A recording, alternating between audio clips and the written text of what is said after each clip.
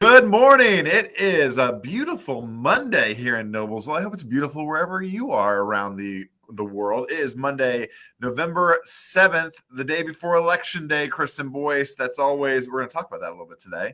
Welcome to Mental Health Monday, a chance for you to take a quick 30-minute max break out of your day, or later on come back and watch this as well, and enjoy a conversation around keeping you healthy, and focus on your mental well-being. That is our goal today, as it is every day, not just to make it a mental health Monday, but a mental health life for you. I'm Mayor Chris Jensen. I'm joined by my good friend, somebody who volunteers her time and is a wonderful public servant in her own right, Kristen Boyce, the owner of Pathways to Healing Counseling here in Noblesville. Good morning, Kristen. Good morning, Mayor Jensen. It's so good to be with you and everybody listening today. Always great to be with you. Always appreciate your insightful thoughts here on the show. Love, this show started almost 3 years ago now as a way of giving back, and I appreciate, Kristen, you doing that for so long. If you are joining, good morning, Mrs. Hines. She beat me to it. If you're joining us online live and want to say good morning or hello, you're welcome to do so. If you have any questions at any point in time, feel free to type those out. If Kristen and I don't have an answer for you on the fly, we will certainly find folks that will be able to get some answers for you to those questions. Today, we're going to talk about two big topics. One, election anxiety. It is election eve, and there's the temperature in today's political climate. Kristen, as you all know, you are married to a city councilor. I am an elected official. There is the temperature is hot across the land, if you will, on this. And so you, if you're a passionate voter or you just can't, tune out the noise, we're going to talk a little bit about how to weed through that, how to deal with those topics, maybe then how to process wins or losses for you. I know if you are in the heat of the political moment, that can feel like a very personal thing. So we're going to kind of talk our way through that a little bit. Hopefully that's very topical for you. Then we're going to talk a little bit about depression. And maybe those go hand in hand. It could be. And kind of some warning signs going into the winter months and the holiday season. There's a lot of that. Kristen, you probably see a lot of that at your doorstep there at Pathways to Healing Counseling. And that's usually what gens up some of our topics here, is what you're hearing from folks in your practice. And so thankful for that. So, but before we do any of that today, we're going to focus on breathing. A simple thing that can make your day and moment so much better. Kristen, why don't you lead us through an exercise on that? So we're going to do some square breathing together. I invite you to do this on your own throughout the day. As it resets your nervous system, you can come back to the present moment. Anxiety really is about the future. Depression is really about the past. And we're going to dive into that a little bit more today. And the deep breath, consistently doing deep breathing, takes you back into this present moment, here and now. We start by pressing our feet into the floor, and then we're going to take a big deep inhale through our nose. We're going to inhale for 4, hold the breath for 4, and then slowly exhale out our mouths for 8. And again, what we do with the breath is reset, recharge, rejuvenate. So let's do 2 breaths together. Big deep inhale through your nose. Hold and release.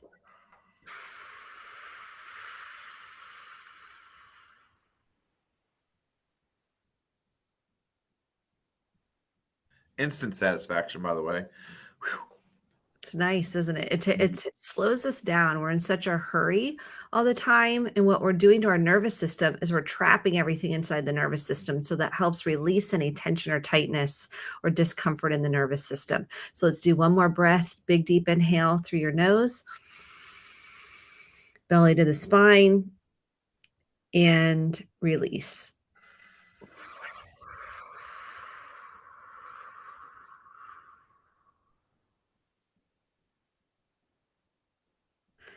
And it may seem like we're going really slow, and that's on purpose.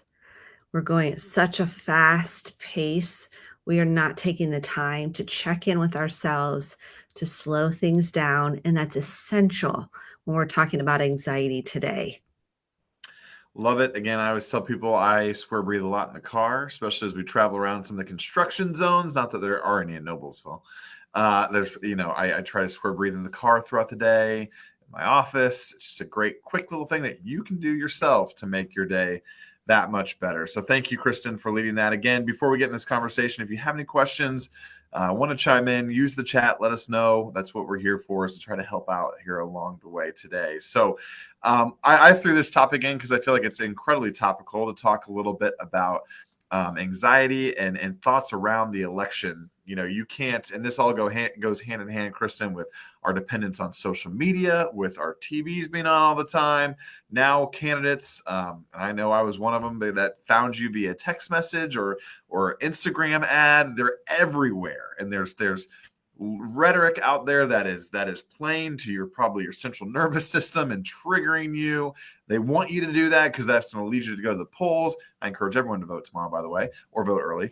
But we want to talk through that a little bit, how we process, not only how, maybe Kristen, if you could touch on how we interact with those conversations in public, but then maybe also then how do we accept defeat or success after election day, and how do you go forward? So that's a lot there, kind of a soup of political stuff that I'm going to let you work through.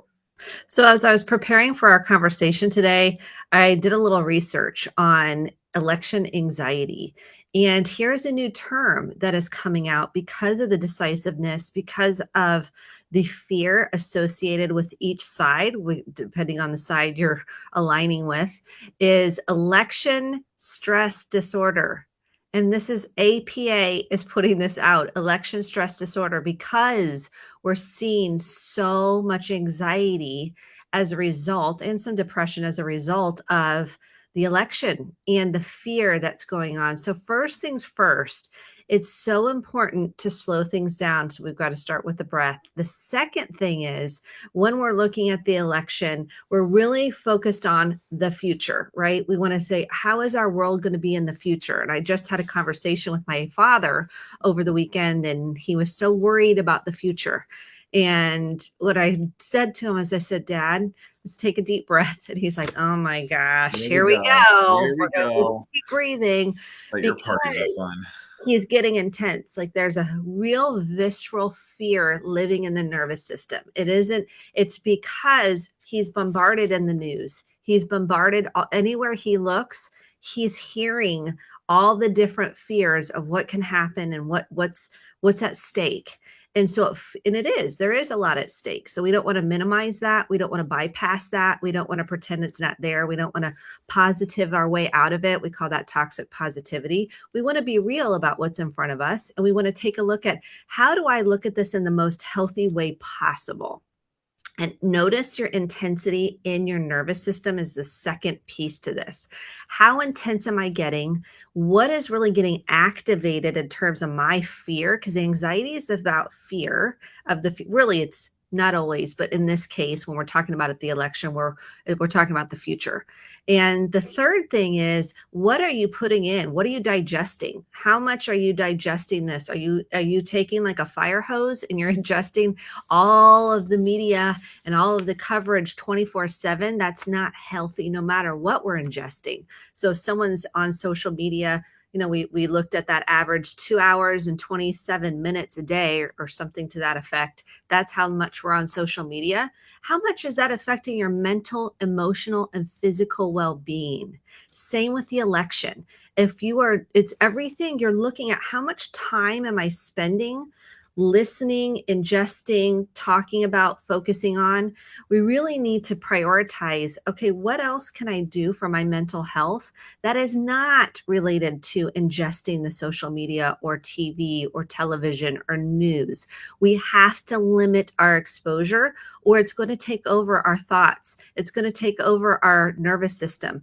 It's like with kids, if they watch too much violent TV, what happens? They start having nightmares at night.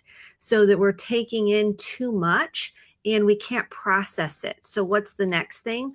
We have to be processing what's really going on. So what am I feeling in my nervous system, which means what am I feeling in my body? Because I could see when my dad was telling me about his fear, his breath changed. He got short, like he was kind of holding his breath. And I don't think he even realized he's holding his breath. He got kind of more into the conversation, leaning forward. He got more intense. And what I wanted to do is go, okay, let's recenter ourselves. It's not always easy to say that to someone, by the way. I can kind of get away with it a little bit because of what I do.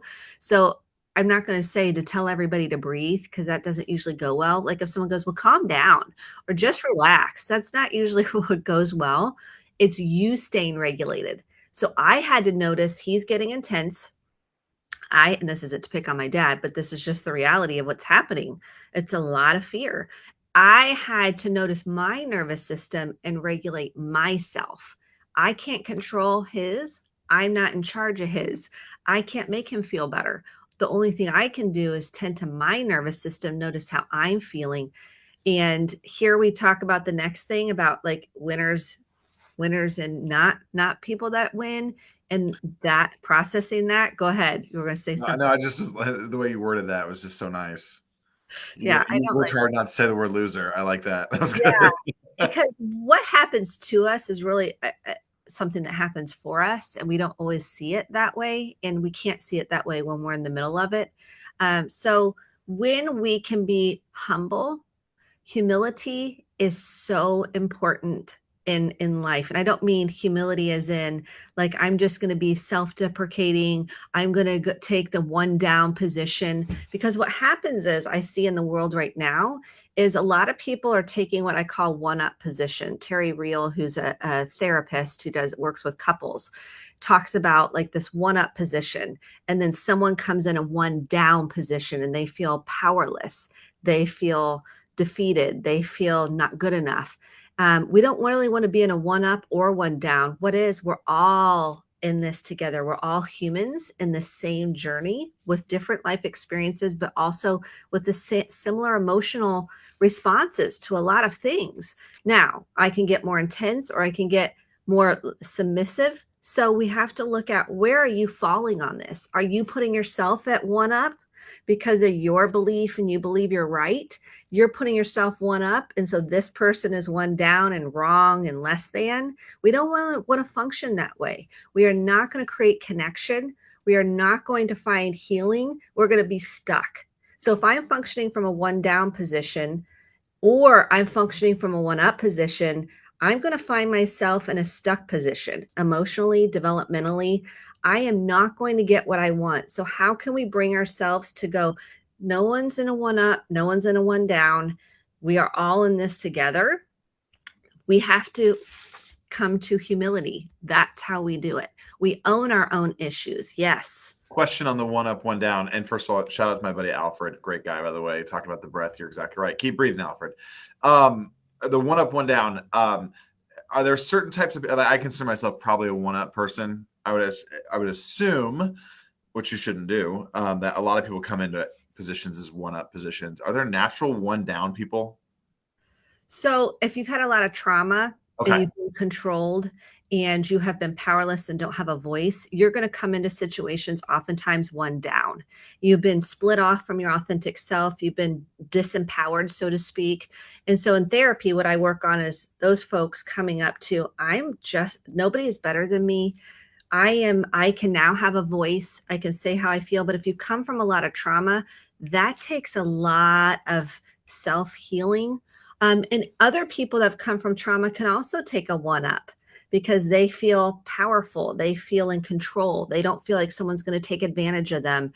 That can also be from trauma as well. So it doesn't necessarily mean just because you've had trauma, you're going to be in a one down. So maybe you've been traumatized and you're like, I'm never going to let someone control me again. I'm never going to have that feeling. So you kind of come into it with a one up position. What we want to come is that we're all, especially in relationships, we have to be at the same. We don't want to come at my partner, my husband, or my friendships or my kid like I'm in charge. I'm better than you. I know what's right. You're right. I'm right. You're wrong.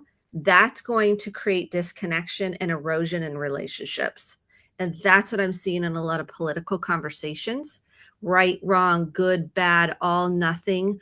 It's not an and in both. And we get here by an and in both conversation. Yeah, that's like I said, I think I probably come into a lot, especially around politics, the conversation from one up spot and being better about trying to level that and understand, respect feelings, and understand that different perspectives are important and what really keep us going. So, like I said, I just wanted to kind of clarify the one down person and who might fall into that category. All right, so walk with me to Wednesday morning, and you wake up and you saw your candidate or your party or whatever it may be, won or lost. Let's talk about how we process that and move on. It's important that Move we through. recognize. Yeah, move through. Yes. I love that. That's your buzzwords. Yes. So the first thing is recognizing your own emotions. Do you have sad? Are you angry? Are you disgusted? Are you afraid? Are you joyful? Are you excited? Are you disappointed? The first thing you're going to do is notice your own feelings. We stay here in this position when I can own my own feelings. I can own my own body sensations and my own reactivity. The minute I'm like, well, you got what you wanted, and I'm going up. I'm not staying here. I'm angry and I'm not processing the anger. I'm projecting the anger.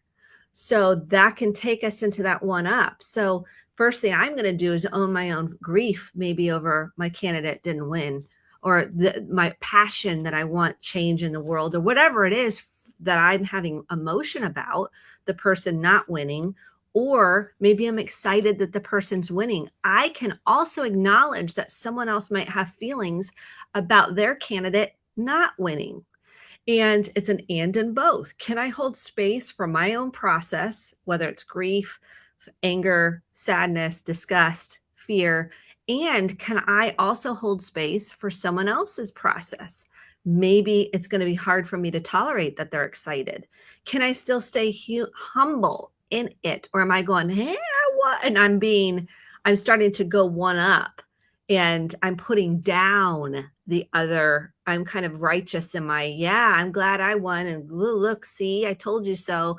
That's me going puffing up and not actually checking my humility, checking my emotions. I'm going to get my little journal out. Mm-hmm. I'm going to write out how I feel, because I don't want to project this onto other people. I don't want to take out how I'm feeling on other people. I can certainly share how I feel from a centered message. What does that mean? That means I wrote about how I felt. I got all my anger out.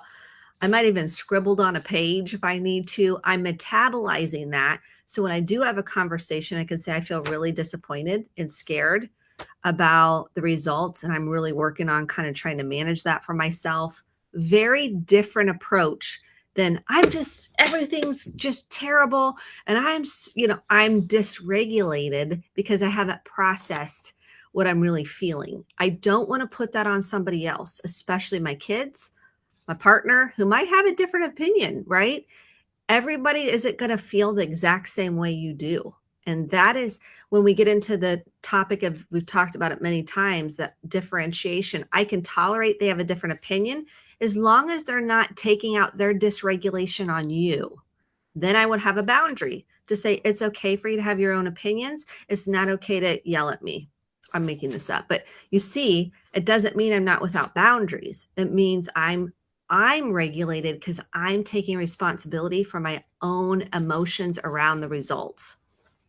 Love that. That's great. Well, I appreciate, like I said, I'm the one that threw in the election conversation because I felt like it was very topical. One thing I want to move on, though. So hopefully, again, kudos to everyone. Breathe on election day. Breathe the day after election day.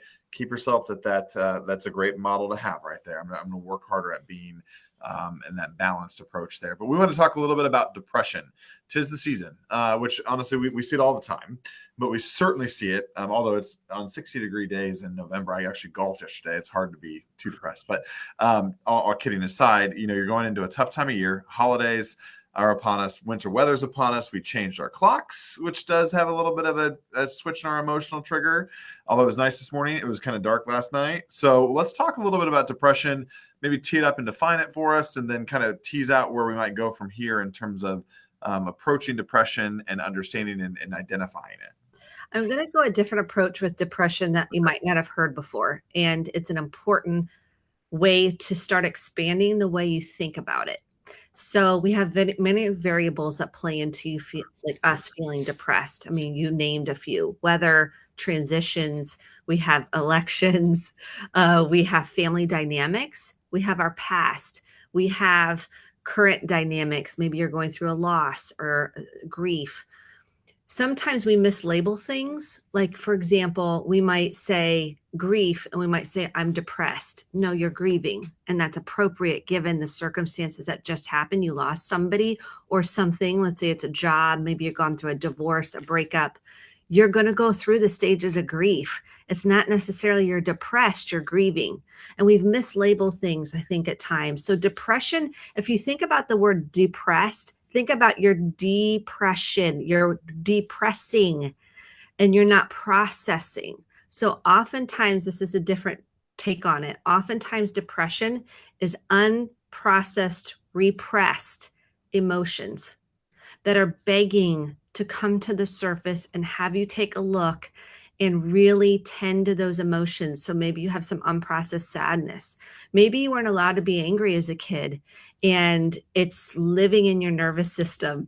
And anger is an appropriate emotion when we are allowed to express it in a healthy way, especially for children. We don't, oftentimes we're like, don't throw a tantrum. No, they're doing it to get that out so they can come back to center. They can come back to regulation. And if we don't allow that to be expressed, that's going to turn into depression late, probably in real time. We noticed those statistics last time we were together. The 79% of 18 to 24-year-olds are reporting feeling lonely and depressed and anxious. There's a lot going on there. And that's why it's critical we are checking in with each other, including yourself, and saying, what are you feeling? What are you noticing in your nervous system? What are you feeling in your body? Depression is repressed emotions from the past. Not to say we can't have circumstantial things come up. Now, I also think it's important we're delineating between grief and loss and depression. I want to make sure I'm really highlighting that because what we've done now, and there's a great new book by Dr. Gabor Mate called The Myth of Normal. And what we've called all these things normal, but really what we really want to say is you are having appropriate responses given the world's circumstances.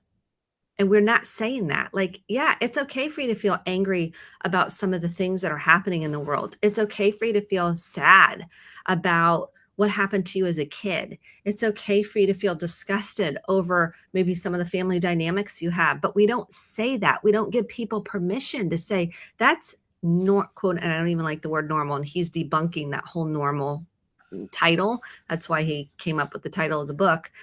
And there is it's appropriate given what you've walked through, given what you've been through, given the state of the world. It's okay to have emotions about it. What are you doing with the emotions? Are you journaling them? Are you talking to maybe a professional? Are you going to a 12-step program? Are you moving your body? Are you doing the breath work? Are you tending and nurturing yourself? That's the key. Here's an acronym that Tara Brach came up with. It's called RAIN. And this is a way to cope with depression. It's recognizing, right? It's allowing basically what's in the body to come forward. It's really getting into integrating kind of what you are feeling, your thoughts, feelings, and emotions, and then it's nurturing those. So I'm probably not saying this in exactly the way she says it, but I like the RAIN acronym because it's about tending to what lies within you. And that's so important. Not looking externally, not self-medicating, actually tending to what lies within emotionally. I like that idea of what you just described about, allowing and giving yourself permission to feel the way you feel. And then also giving others the permission to feel the way. I'm a fixer. I know I've talked about this on the show quite a bit. Like, I want to go fix the problem right away. Trying to be better about slowing down. And like, that person feels that way for a particular reason. They're allowed to feel that way. And to your point, it's appropriate that they feel that way based on the situation that they may be in. It's what I hear you saying. Yes. And it's recognizing if I'm getting really intense about a situation, maybe it's rooted in something from not this present moment. Maybe chances are it's really rooted in something from the past that never got processed. That's similar, like you're feeling that similar way in the present moment, but it's really about the past. So Yes. that's why awareness and doing your own work is so powerful. And I love it so much because you can delineate by writing it out, by processing, by talking about it. Like, what is, oh, I'm getting really activated because this reminds me of when my mom would yell and scream. I'm making this up, but you get the idea. Like, I'm able to go, oh, this is really not about you. It's about my past, or it's about an experience I had that kind of left an imprint on me. Well, I think it's important to note too that, and this will kind of move to kind of identifying depression and yourself and others, which I want to get to before we wrap up the show here. But understanding that that depression isn't always depression; it could be grief. To your point, so maybe asking yourself, why do you think this person feels this way, or why do I feel this way? And examining the circumstances before we quickly put a label on it. To your point, us maybe rushing someone else through a certain phase because we think they're depressed and they should feel better probably is actually not helping their grief process through that. Yeah, one thing I think is so important what you're saying is when we can get more comfortable, when we can sit in the discomfort of what we feel, we can start to tease out what is really going on. Oh, that's about grief that I really didn't get to process in real time from, when my dog died. I mean, I'm being serious. Like, these are things that we think I'm fine and move on and pull myself up by the bootstraps. Really, what we're doing is we're paralyzing ourselves in feeling stuck because we didn't get the opportunity to really tend to those emotions. And depression invites us into exploration of what's really lies underneath. And when you can go, okay, I know I'm scared to go there. I know it's going to, bring up a lot, and I can have a support system to help me through it. You start freeing yourself. The weight that you've been carrying around is lifted. For example, when I talk to my kids about feeling sad, and I say, is there anything you want to get out that you might have been hiding, or might have been, telling yourself it's not that big of a deal, or, I don't want to get in trouble, so I don't want to say anything. I give them full permission slips to say, I need you to notice once you say the thing that you felt kind of shamed maybe to say, or embarrassed, or you're afraid you're going to get in trouble. Notice the difference between you expressing it and getting it out, and then the before when you're holding it in. I'm telling you, it's a drastic difference when you can, and you're met with not anger, you're met with empathy, and you're met with a safe place to process it. They start to learn, and you start to really recognize in your own life the difference in when you suppress, push down, rationalize, and when you are free to share it. It's liberation. Yeah, you always see, like, even in movies, that little scene where they like spill their guts on something and they're like, ah, it feels so much better now that I just told something. That's a real thing. That's a real euphoria. That's a real thing. It's real, and research validates it. Yeah. It's Yeah. so powerful. Yeah. And then when someone keeps going, I'm like, yep, that's Yep, okay. let's Keep go. going. Let's get it all out. It's kind Fill of it like out. a confessional, but it's Yeah. a confessional in a different way because we're dealing with the emotions of it. Mm-hmm. We're not just saying the words, the cognitive thoughts. We're also processing the emotions of it. That's the key. Yep, I love that. Well, we're going to run out of time, so we're going to put a pin in this conversation. I want to start in 2 weeks with depression at the top of our story, or of our half an hour to I want to talk about identifying factors, maybe some lessons for how you work with someone else who you might think might be depressed, or yourself, etc. So we're going to continue on that topic in 2 weeks. But this has been amazing. Wonderful conversation as always. Thanks to everyone who has tuned in. Kristen, I know your answer is nice and concise on this now that we have a wonderful nationwide resource around this. But if I'm needing help today, where do I go?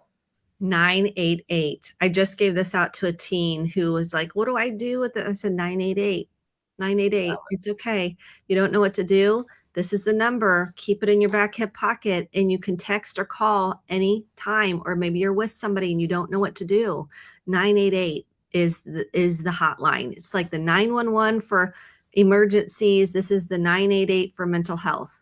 It's for you, or for you, someone, if you're trying to help someone, use that number. They will coach you right through it. So Kristen Boyce, you're awesome. Everybody breathe through tomorrow. The sun will come up on Wednesday morning, and we'll process together, and we'll see you back here in 2 weeks for another great conversation on Mental Health Monday. Kristen Boyce, thanks again. Thank you so much. All right. Stay safe, everyone.